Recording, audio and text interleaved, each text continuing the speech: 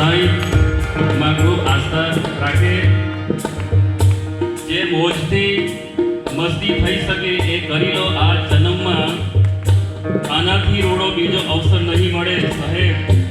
માટે આવી ભાગવત કથા જેવો રૂડો અવસર